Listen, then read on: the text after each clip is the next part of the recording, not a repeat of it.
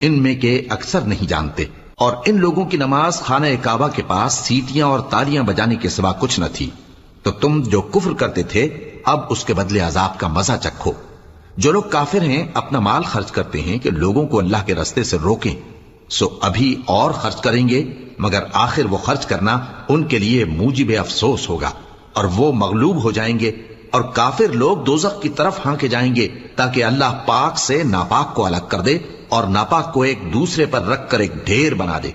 پھر اس کو دوزخ میں ڈال دے۔ یہی لوگ خسارہ پانے والے ہیں۔ اے پیغمبر، کفار سے کہہ دو کہ اگر وہ اپنے افعال سے باز آ جائیں تو جو ہو چکا وہ انہیں معاف کر دیا جائے گا، اور اگر پھر وہی حرکات کرنے لگیں گے تو اگلے لوگوں کا جو طریقہ جاری ہو چکا ہے وہی ان کے حق میں بھی بڑھتا جائے گا۔ اور ان لوگوں سے لڑتے رہو یہاں تک کہ فتنہ یعنی کفر کا فساد باقی نہ رہے